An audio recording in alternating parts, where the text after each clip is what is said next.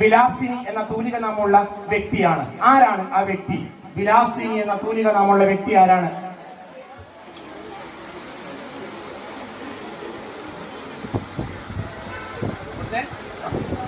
ഗൗരി അമ്മ. പറ്റിപ്പോയി.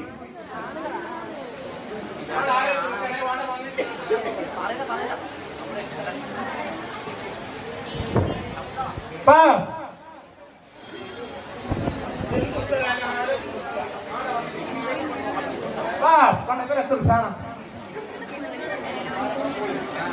മുറ്റത്ത് വർത്തിയല്ല, ലളിതാംബിക അന്തർജനല്ല, സാറാ ജോസഫ് അല്ല, കദളിപ്പായത്തിന്റെ ഭാഗ്യം. ആരാണ്? M K Menon. നിറഞ്ഞ പണ്ട.